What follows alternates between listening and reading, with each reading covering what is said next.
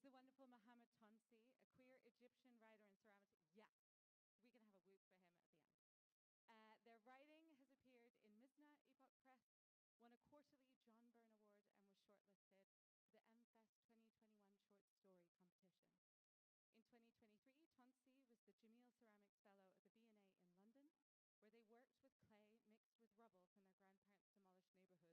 London, where they worked with clay mixed with rubble from their grandparents' demolished neighbourhood, Maspero Triangle. Their debut novel, You Must Believe in Spring, was published in 2022 by Hajar Press, and they are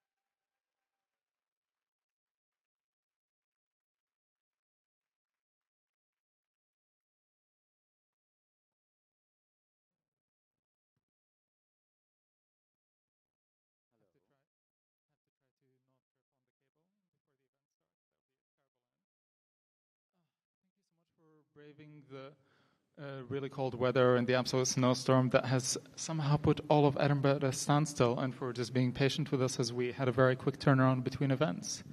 Just to say, if you do need to leave earlier, that's totally fine. But don't. But don't. But don't. But yeah. So we are over the moon to be hosting Marwan Kaabour for this incredible book on language, community, and queer imagination. Honestly, I never thought I would be this excited about launching a glossary, but this book and the drive behind it has just been like an absolute pleasure to be immersed in. So Marwan, thank you so much for this. The way the event will go is that Marwan and I will have a brief chat for about 45 minutes, and then I'm going to turn over the mics to you. So just, put on your thinking hats, start thinking of questions. And now, just to introduce Marwan. Marwan Kaabour is a graphic designer, artist, and writer. His interdisciplinary practice builds pathways between communication and public design, curation, pedagogy, and political activism. Along his independent projects, he works with non-profit institutions, companies, and individuals in arts and culture sectors. In 2019, Marwan founded Takweer, an online platform and expanding archive of queer narratives in Arab history and popular culture. His debut book, The Queer Arab Glossary, was published in June 2024 by Saki Books, which we are here to celebrate. Marwan moved from his hometown Beirut to London in 2011 to pursue a master's degree in graphic design before joining renowned design agency Barnbrook. He later founded his own studio in 2020. Marwan, welcome. Thank you.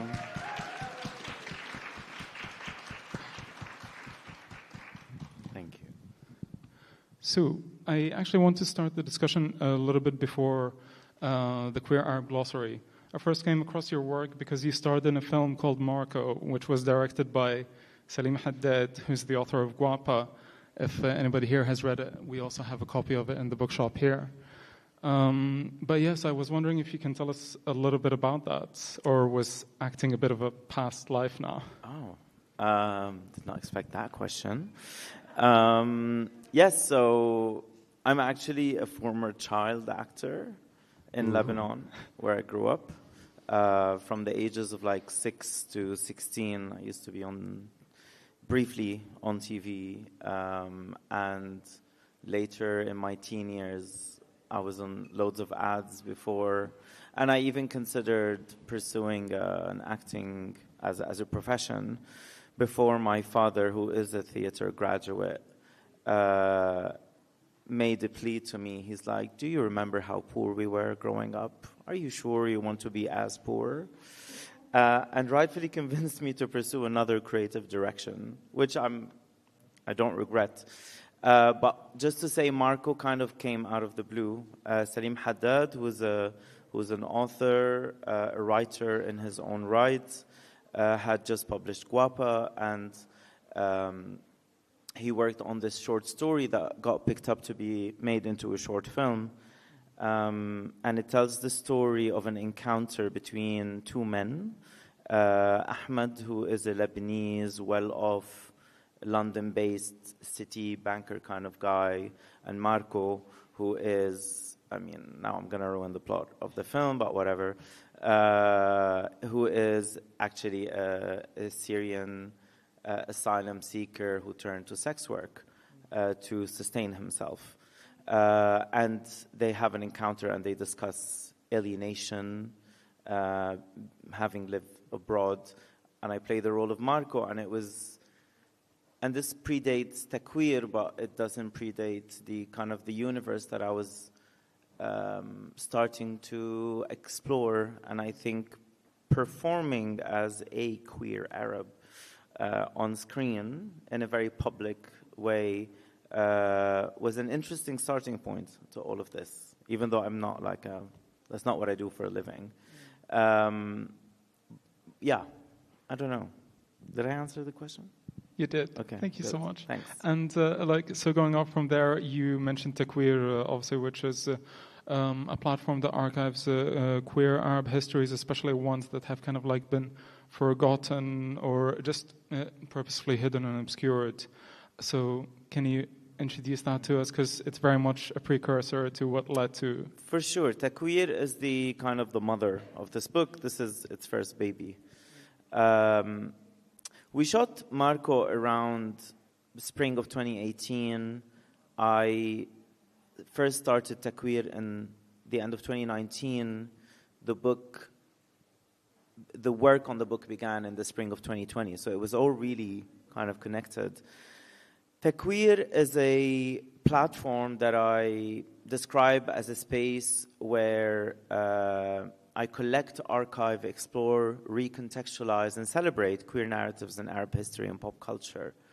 The way I go about it is I take my history as I've inherited it from the world, and I look at the cultural production. I look at the narratives, the historical narratives. I look at folk tales and mythologies, and I look at all sorts of like pop production, and I see when was there an instance where queerness came to the surface? Was it in a line of a story of a novel written in the 60s in Egypt? Is it this side character of a Lebanese sitcom from the late 80s? Is it about the lifestyle of this lavish diva who got married 8 times? Is it the opening sequence of this show that all queer kids seem to be obsessed with? So it's exploring those for what they are and not looking at them as these off, weird, marginal deviances. On the contrary, they are the story. So I take those things, I research them, I write up a story in English and Arabic, and I present it on the page as a post. And the post active basically is an entry in an archive, and in a much more fluid, much more open-ended archive. But in addition to it being an archive, and it's on Instagram at Takweer _, because someone took at Takweer, and he's not replying to my messages. It's also a space where ideas form. It's also a space where I observe the threads, the patterns, the threads of thought, the discussions happening in the DMs, the discussions happening in the comments section. And I see what ideas are forming that require further additional, more focused research. So as the page grew in its popularity in the first year, so did my interactions with a lot of people from the community. For non-Arabic speakers here, just to explain, Arabic is a language that kind of exists in 2 iterations. Standard Arabic, which is what we are taught in school, formal Arabic. This is how you would write an essay. This is how the news would be read. This is how the president would give a speech, that kind of stuff. But none of us actually speak that way. We speak in dialects. And dialects vary massively as you move from the east in Iraq to the west in the Maghrib, to the degree that sometimes we don't understand each other even. So I would have conversations with people in the comments or in the DMs, and they would talk to me in their dialect, in their own Arabic dialect, and they would use slang, queer slang. some of which I was not very familiar with. So I was like, what does that mean? And being kind of the linguistic nerd that I've always been secretly, I wanted to know more about that linguistic landscape surrounding queerness in the Arabic-speaking region. So in spring 2020, I put out like a series of stories with a submission sticker asking people to tell me about the words and terms they use in their own, or they use or are familiar with, that are used to refer to queer people or someone who is perceived as queer. And I thought I was going to get a few dozen answers to make it like a cute poster. But then I got 300. So I realized I have a bigger project on my hands. That is amazing. And I think because obviously kind of like having followed Takweer for so long, you would just kind of like see these discussions back and forth, especially when things were being translated and we didn't really have the terminology in Arabic that was inclusive and that we felt like it properly represented us. And yeah, we were working these things out together in the comments. Like I'd post something and then someone would either agree or like make a suggestion or disagree, and then sometimes that edits the caption. So it was like this live thing. And I think that's what I found absolutely fascinating, is that there was this back and forth collaborative nature of it as well, which must have come like also as a massive challenge. I mean, what were the biggest challenges, kind of like outside of just dialect and needing maybe a bit more explanation for a certain term? I think that was a moment in 2019 where I think it was the height of sort of the militarization and policing of language sometimes that went a little bit extra, or the need for everyone to know everything and act perfectly and say the right thing at the right time at all times.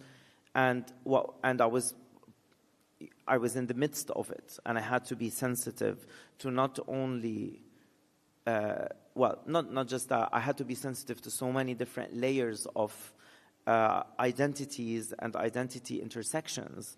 But what I always made sure is to be very upfront and say, I'm not claiming to be an authority. I don't know everything. I might say the wrong thing. Let's have this as a space of back and forth for us to learn from each other, and not wait around the corner to kind of snipe at me at every opportunity. No one really did, but I think there was a need for me to come across as I'm not trying to tell you what to do, what is right, what is wrong. This is it's kind of the starting point, and then we can have a chat about it and see where it goes. And that's sort of how the research for the book even happened. So tell us a bit more about the book, because obviously you mentioned dialect, and for those who haven't picked up the book yet, it is split up kind of like in different sections, where each section just approaches a different dialect of Arabic, and is accompanied by incredible illustrations by Haysam Haddad, who's who has done a magnificent job of kind of like reimagining some terms, and just essentially trying to open up the language in a way. So, like, tell us a bit more about how the collaborative nature of the project kind of like came about, how all of those ideas coalesced. I mean, I mentioned earlier seeking submissions from followers. It was already a process of people, like I would create the archive and I would share all of this knowledge. And then when it came the time to do the research for the book, I kind of needed people to give me something rather than the other way around. And I think there was so much kindness and generosity and trust with the community that I was building around Takweer, that they were very generous in return. And it was already a space where, like, the community was very much at the heart of this book. And then following the submissions, there was the interview stage where I would do one-on-one conversations with people, mostly via Zoom. And most of these conversations happened out of the people who follow Takweer. And they were okay to go on a Zoom with someone they don't really know and have discussions about things that are pretty personal and sometimes difficult. But we were able to establish that space of trust, and it allows for that to move. And then as the book expanded in its format, because it changed over time. It was a poster, then it was a little book, and then it was a big book, and then it was a self-published book, then it became a published book. And with that, this back and forth changed with everyone. So so like the book is made out of 330 words and terms used in Arabic dialects to refer to someone who's queer or perceived as queer or non-normative somehow. The glossary is divided by dialect rather than country. So for example, there's the Levantine dialect, which encompasses Lebanon, Syria, Palestine, and Jordan. And there's 6 of these sections. 30 of the words are illustrated, quite beautifully, I have to say, by Haytham Haddad, who's a brilliant Palestinian artist. And he was one of the key collaborators who added the visual element to the book. And then in addition to Haytham, there was 8 brilliant writers and thinkers who provided the essays in the second half of the book, reflecting on notions of language, dialect, queerness, and Arab identity. And then to mention the glossary's editors, Sunila Rabi Alamuddin, who wrote the foreword, brilliant novelist in his own right, the translators that I worked with, my publisher, and the endlessly generous community of people who engaged with me on the project over the 4 years that it took to make. That's amazing, and especially kind of like it's so interesting to hear about the role that the illustrator and kind of like how all those pieces came together, because you had mentioned that one of your inspirations was also Muhyiddin Labid, who wrote the Palestinian alphabet. And I think one of the incredible things about this book as well is that it takes, like it doesn't see kind of like eurocentrism as like the only way to actually kind of like view Arab identities, but views it also kind of like very much from our lens. It doesn't try to...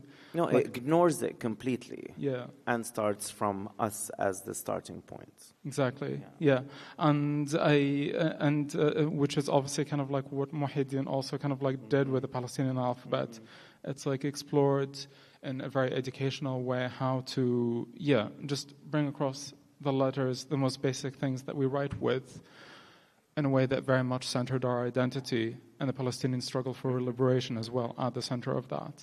So I was just wondering kind of like, if you can tell us a bit more about that.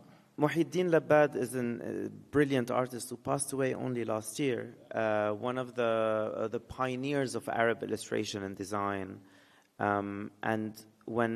So I was obsessed with Haytham's work for years before this book even was born.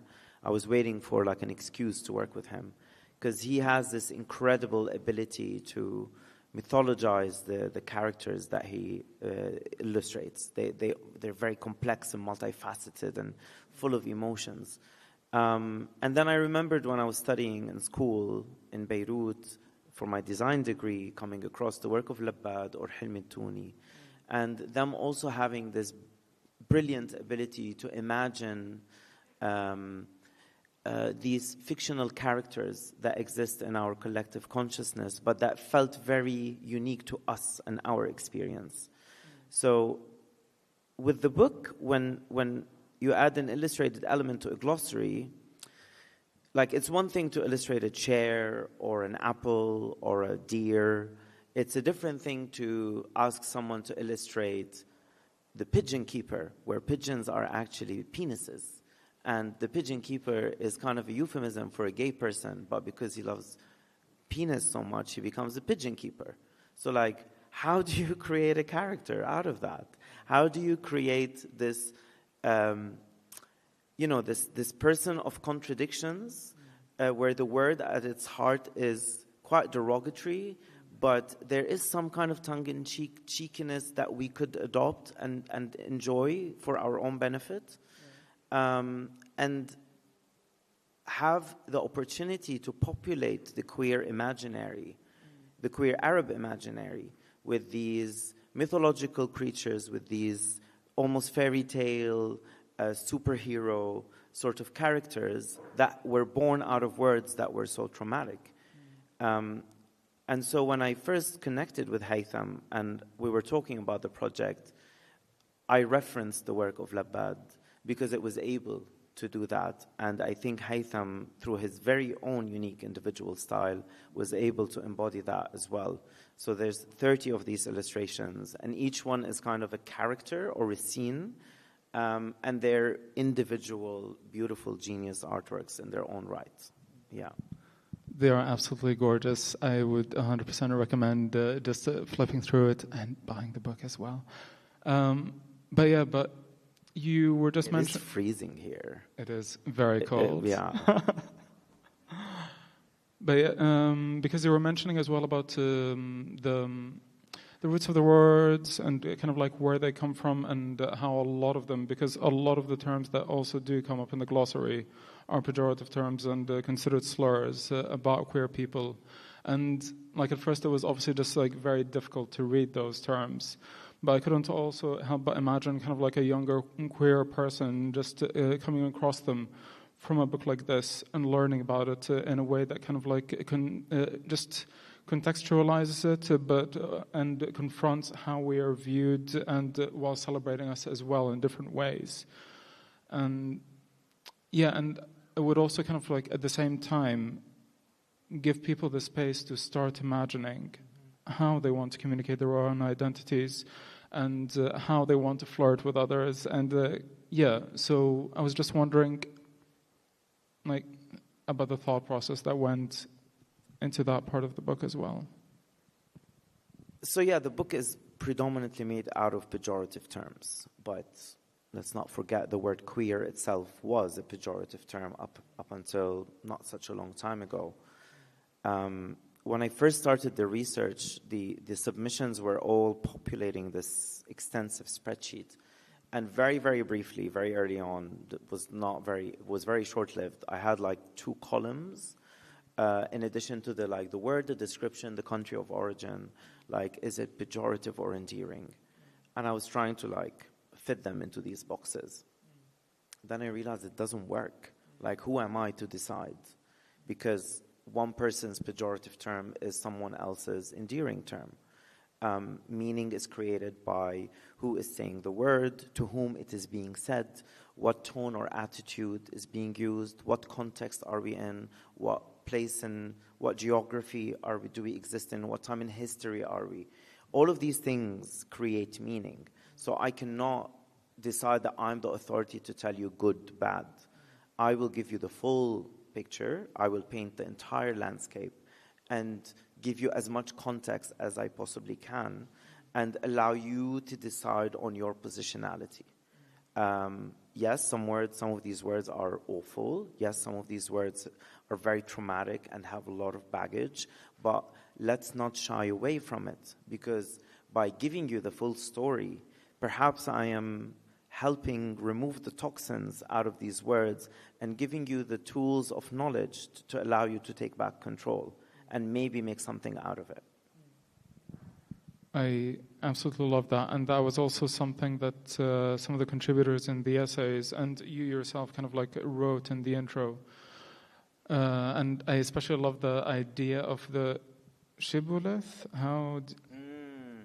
That's in Rabi' al-Madin's foreword, where he speaks about the idea of language being this thing that we create in communities, whatever they might be, as a way to communicate with each other without using conventional language, because sometimes the language that we inherit isn't able to express the specific experience that we have. You and your family sometimes have your own words. You and your group of friends have your own words. Even as a group of construction workers might have their specific lingo that is attached to their profession. Or people who live in a certain city, they have a certain dialect and use certain lexicon. So this becomes like a space of trust and love and connection, and sometimes a space of protection from the world we don't want them to have access to the way we communicate. But it's important to mention that this book does not include any secretive language communities use as a way to evade authorities. It's more about the common language. And I think what I wanted to create with this book is give like as much wealth of lexicon as possible, even though it's only a snapshot, I would say, because lexicon extends endlessly depending on how many people you ask, and allow us to have a reference publication for our community to be able to access it in a way that is not demeaning, that centers their experience at its heart, and that can allow us to re-question our relationship with the Arabic language. Because many of us, when we want to talk about sex or sexuality, like we'll just default to the English because it feels a bit like more distant, so less shameful. But like, what if we do the sex talk in Arabic? That could be fun. Yeah.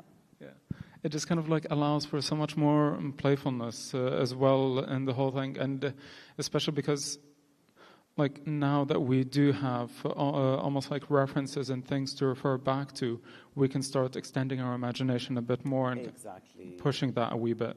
Yeah, I think to me that was the most important thing, is this is not the answer to this is not the solution. This is a conversation starter that will hopefully instigate other things that could move the culture along, or allow us to have an anchorage between our queerness in our Arab identity, and not one that just centers the Eurocentric experience. Like, it's kind of weird that like we talk about Stonewall as if it's our history. It's not.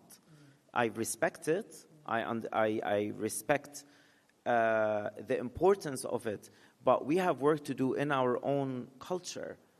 Watching RuPaul's Drag Race isn't going to give you the answers all the time.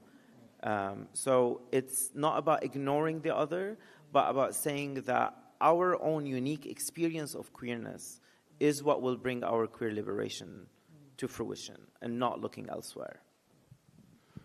That is so true. And I think you talk about that, and the other contributors talk about that in such an incredible way, because talking about policing of language and policing of identities, which you were mentioning before, like some of the contributors' essays, and including your intro as well, talk about the colonial roots of the policing of queer identities and how that's been done, and that's something that we're seeing happening live as well with the ongoing genocide in Palestine, where the white settler colonial project known as Israel has been trying to show itself as some sort of civilizing force while portraying, and one of the Adam Haj Yahya's text, Yahya's text. Do you want to tell us a bit about that? Of course, so the second half of the book are 8 essays by very different people who come from very different backgrounds, from different parts of the Arab region, reflecting on the themes that come up in the book. And with Adam Haj Yahya, who's a Palestinian writer, he speaks about how language surrounding queer men in Palestine has changed over time, and how it's been weaponized over time. So it speaks about a trial regarding the assassination of an early Zionist leader predating the establishment of the Zionist entity, how it was other Zionists who disagreed with this guy's politics who killed him, but then the case was pinned on 2 Palestinian men because they are morally deviant, because they have sex with each other. So at the time, the Arab was seen as a lawless, backwards, depraved, sex-obsessed maniac who needed to be civilized by the West, who is morally conservative. That's what ushered in colonialism 1.0. Versus the post-9/11 Arab, the backwards, barbaric terrorist who hates women and hates gays, which ushered in the war on terror, colonialism 2.0. So Adam's text positions that early language in contradiction with the tired pinkwashing discourse about Arabs, Muslims, or Palestinians not being capable of embracing queer people, and how now we are savage because we don't, because supposedly we don't embrace queerness, versus their early days where they were saying the opposite.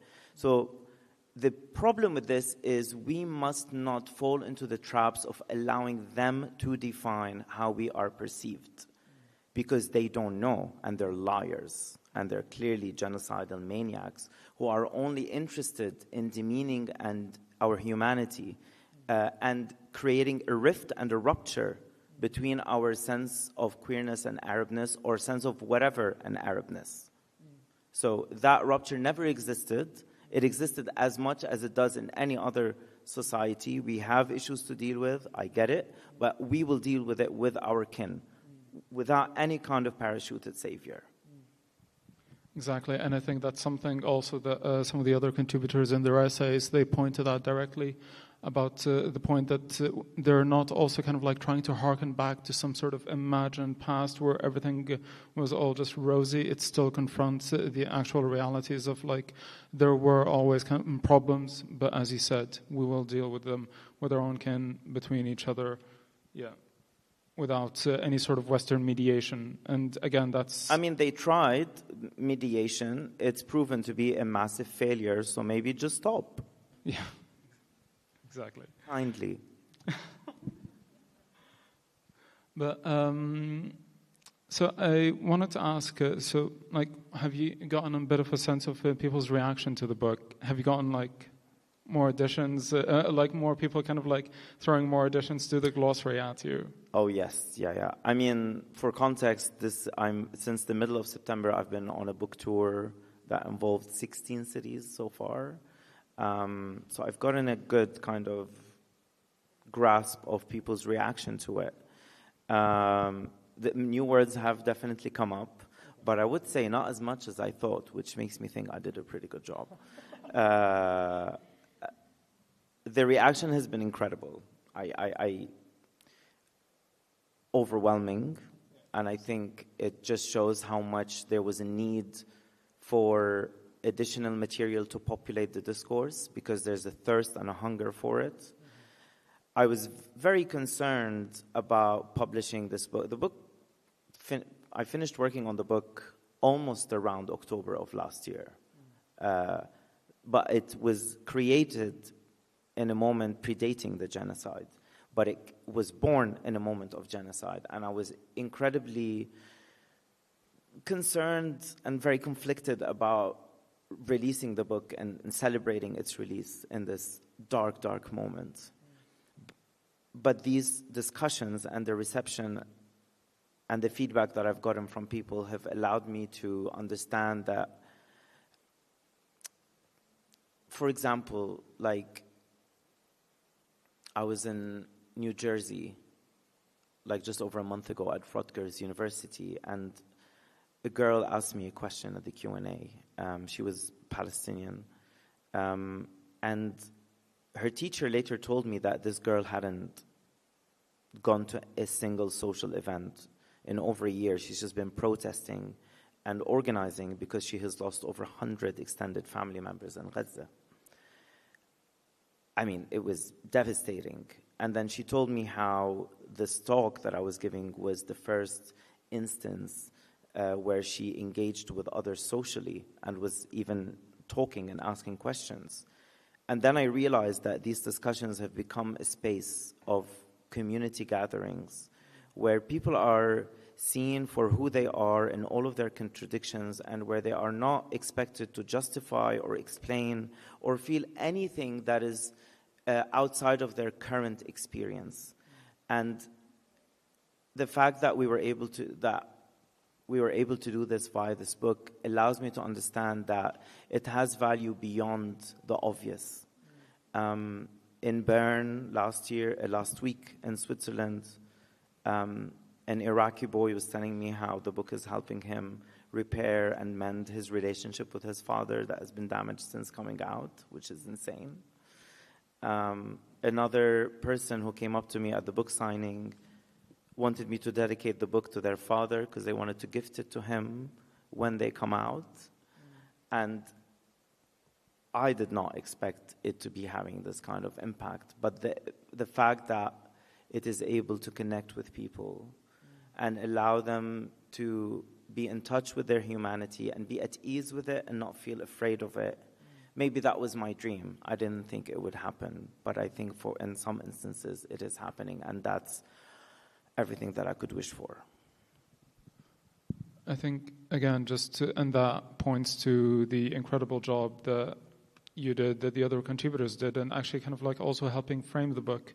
Because I think one of the lines that really struck me was, I think, by Nasreen al-Sha'r, who had said something along the lines of this glossary, what it also kind of like really tries to avoid doing is flattening language and flattening people's identities so that it stops kind of like being the complex tapestry that it actually is. And because you essentially still want to give space to people to feel what they want to feel without feeling like they're being captured by the language and enclosed in some sort of category where it's like, this is where you live and you will not deviate from this. Yeah. No, absolutely. I think, the book is called the Queer Arab Glossary. Queerness, Arabness, and language are all these notions that escape definition, that are fluid, that will perpetually change and adapt and shapeshift and become something they are not right now. So for me to try and limit it and make it, to flatten it, is just wrong. So I allowed it to free and be as contradictory and as fluid as it can be, like us. And that worked so brilliantly. And I think also kind of like it to me feels also like some sort of talisman of protection, mostly just because of the Fairuz, like the turquoise color of the cover, which is essentially kind of like, in Arab context, Fairuz or turquoise is meant to be kind of like a protective stone. And isn't it the color of the evil eye? Yeah. You've seen it. Yeah, it's an emoji now. Yeah, Yeah. it's just weird. I'm just taking a look to the time. So I'm going to ask one more question, and then I'm going to turn it over to the audience. So just start thinking of questions if you have any.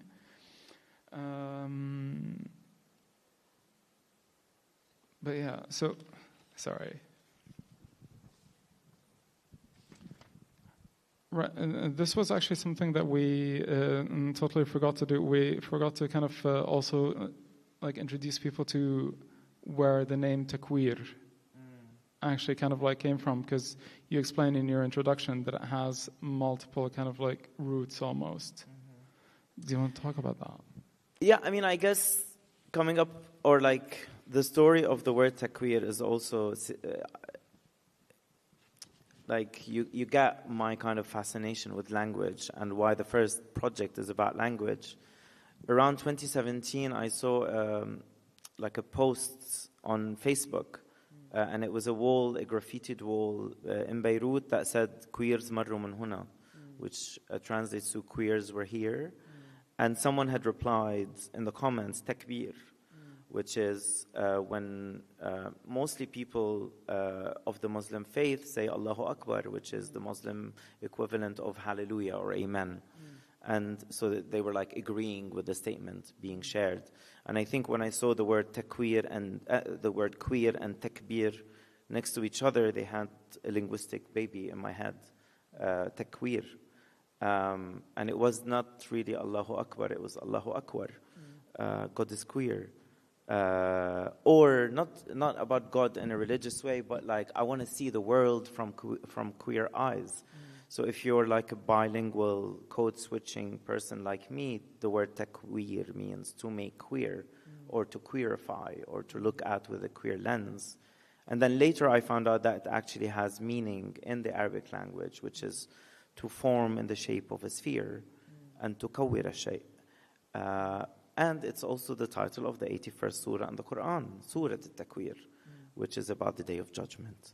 So it's multi-layered, like many words in the book are. Yeah. Are there any words in the book that you kind of like that you absolutely kind of like had more fun than others researching? I think this one is personal because it's the one that is mostly common in Beirut, which is the equivalent of faggot. It's tubji. And so it's used to demean or like to insult someone you think is effeminate or queer or gay. But we also kind of endearingly use it amongst each other, like gay people.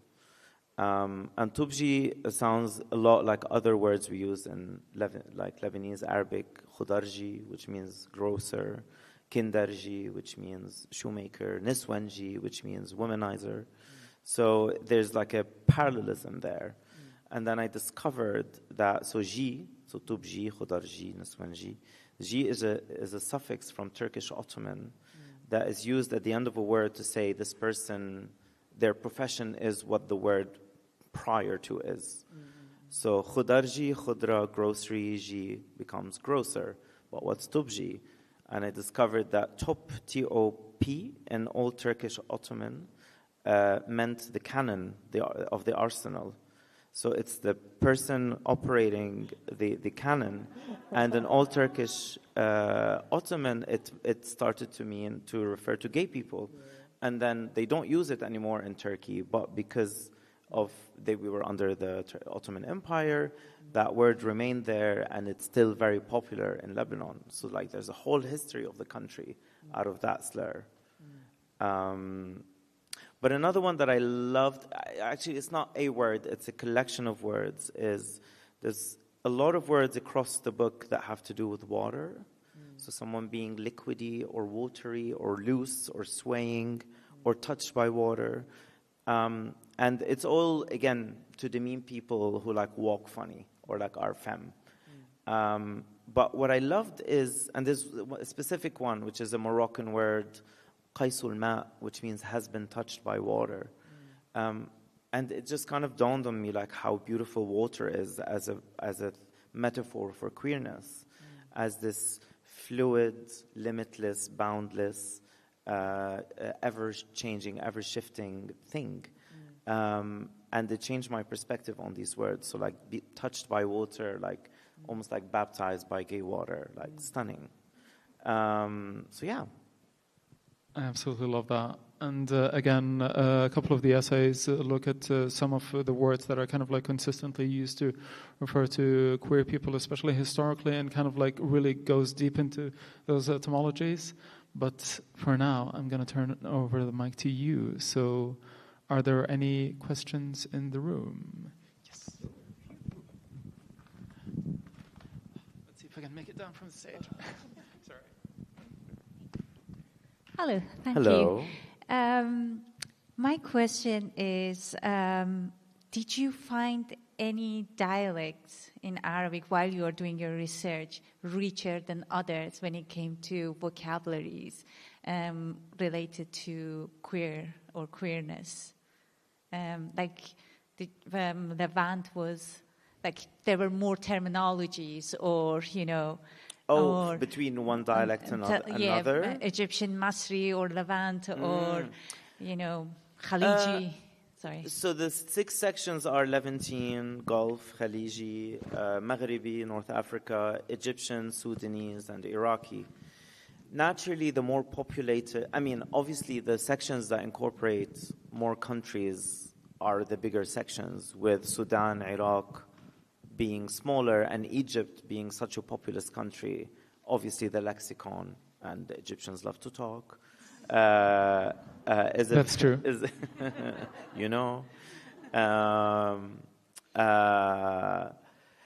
I think it wasn't about quantity, but rather the personality. So like Gulf tends to be very poetic, very like landscape-oriented. Lots of use of animals and natural elements.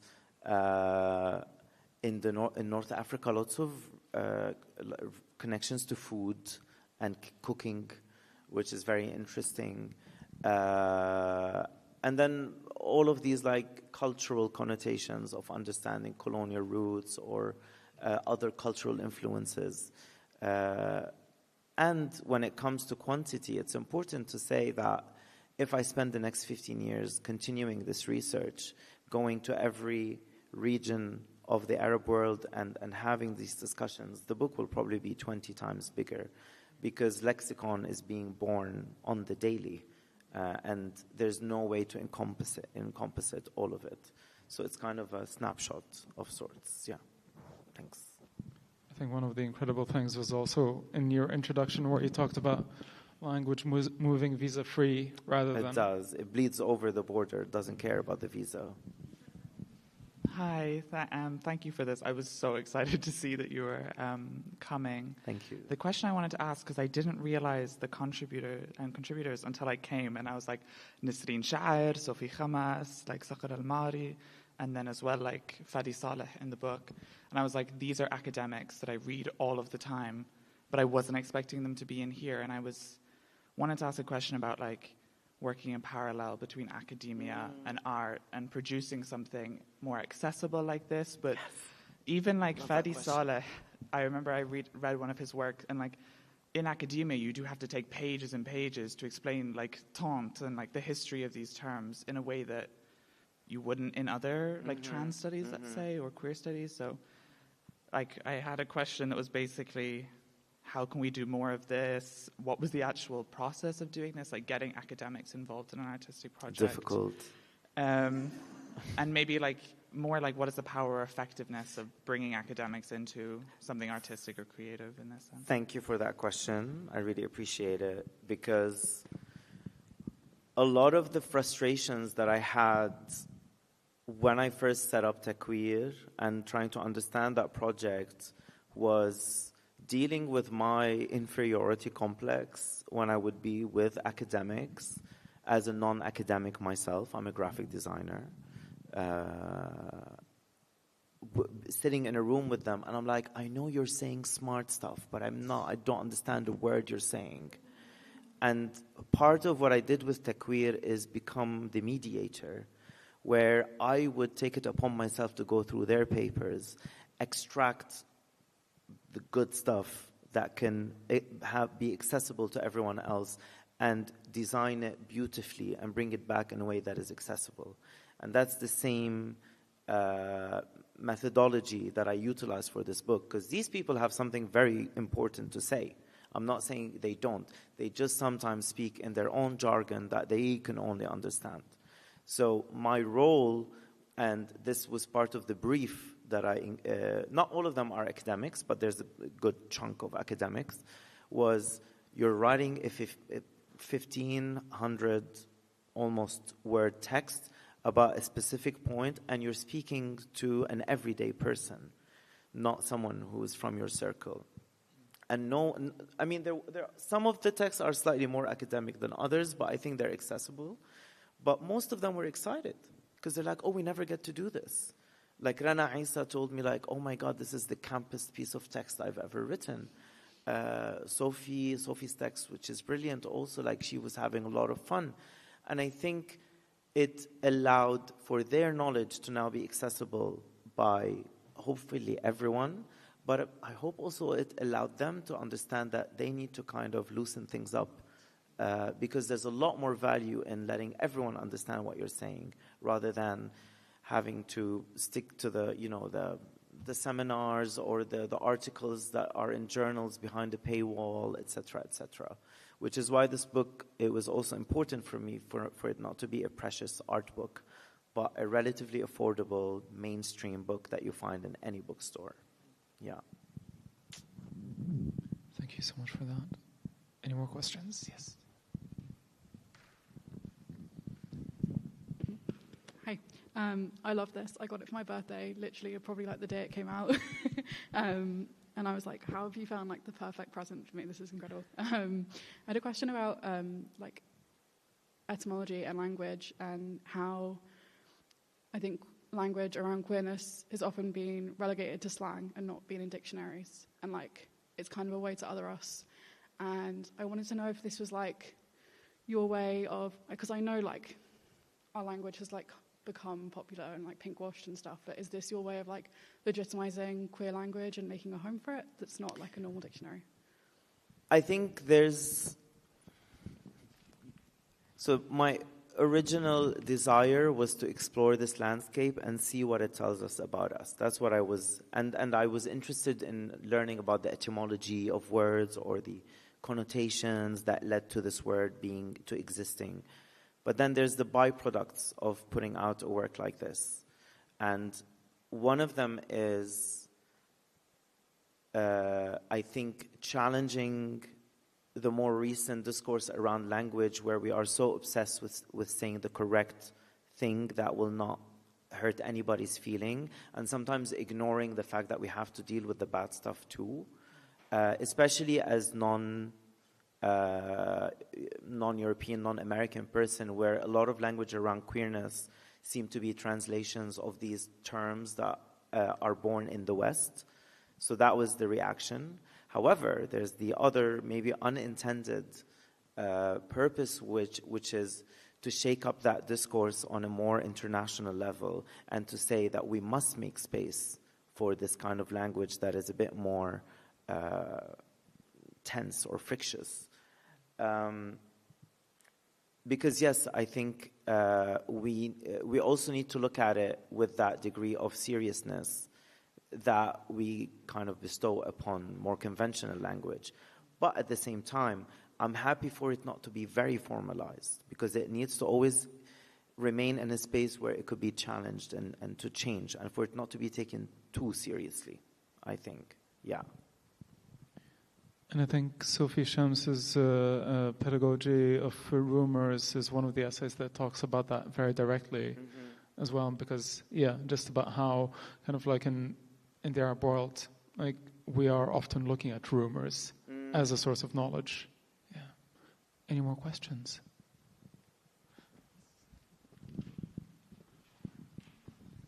Thank you so much. I'm curious to know if you looked at all at the words that exist in old Arabic texts, classical literature. I think an obvious example might be the poetry of Abu Nuwas, things like that. Or did you decide to make it only contemporary? The decision was, as I was describing with the methodology, it came out of this back and forth with the followers of Takweer as a first instance. So what it does, in a way, is it surveys what is being said more or less nowadays, even though with the interview section, depending on who I was speaking with, I moved into the more distant or the more recent past or the ancient past. Mind you, some words have existed, are like the word mukhannath or khanith, which is arguably the oldest word of them all, is still in use today. But the book does not actively look for historic terms. It's more contemporary slang. But accidentally, it reintroduces a lot of these words into the contemporary sense, because what I didn't realize is a lot of words that I came across that are contemporary have ancient or historic roots. Thank you so much. Any more questions? Yes. Oh, plenty. Hi, thank you for a lovely discussion. I find that for myself as well, when I think about queerness, I often think in English. I'm from Latvia, and I find we lack a lot of vocabulary around it. Or maybe I've just not done the work that you've done. But when I explored it in English, I found that I could almost think of myself or like explore caveats of my own identity and my personhood just because I had a word for it. Mm-hmm. You know, the word almost was the doorway into a new world. So my question is whether you found words in Arabic that you think are just so useful and important to explore this new, maybe a new caveat of an identity, new doorway into a new world that just we don't use in English. Absolutely. I think another byproduct of this project is to slightly shake up the discourse around how we have the language we have around identities that we kind of just agreed on, that this is it, and that queerness or the way we identify is now set with these. I mean, I know we say it's endless, or that we say that what exists between the binary is endless, but I feel we seem to be creating smaller binaries for each one of us to exist in between, instead of just smashing it all together. And a project like this, in addition to many other initiatives from the Global South, present a challenge to say that there are different ways to look at this, and it's not always right or wrong. There's a lot of speaking about ambiguity, about neither this nor that, about existing in the liminal space in a lot of these words. And what I like about these words is they don't attempt to very specifically identify somebody's experience, but to leave it up for questioning, which kind of the word queer does, I agree. But I feel like we tend to be less prescriptive and more open-ended. And that was an interesting kind of thing for me to learn. And I think there's a lot for everyone to learn from this book, not just if you're Arab or queer. Thanks. I think we had one more question. Hi, I was really excited to read this book as well, and I had my ups and downs about it, and I still feel like an outsider reading it, and I've got a lot more to explore. But one of the questions I wanted to ask you was a more sort of political. If the words that you've discovered across the dialects, and you want to see them as being fluid in their meaning or their use, do you think in the future there might be a commonality between the different dialects as a sort of political language, and you also talked about the two strands of Arabic, the official Arabic and the dialectical Arabic, and you talked about news broadcasts, for example. I was wondering how official Arabic would cope with or take on, new meanings of words. Like the word gay in English has been appropriated by us because it was a slur. Things like that. I hope it begins a conversation amongst the community in order to begin a process in which we re-question our relationship with these terms, and then hopefully be able to come to consensus on a lexicon of sorts that we can adopt as the way we can speak about our unique experiences and organize. And then eventually, when that, I don't know if that will happen, hopefully, but then at some point when that happens, it permeates the mainstream, and eventually people are kind of just obliged to adopt it as the official, and that gives it political weight. So I didn't do this project for that purpose, but maybe it can begin a process where we can re-question and then reclaim a lot of these terms. Just the word, like the word gay or queer, has existed, has had its own journey. Yeah. Thank you. I'm afraid that's all the time that we have for questions, but Marwan will just be over there signing books as well. So if you have any more questions, you can come up and get a wee signature and just have a wee chat. Thank you so much for all of your lovely questions, and thank you so much to Marwan. Thank you for having me. Please join me in giving Marwan another round of applause.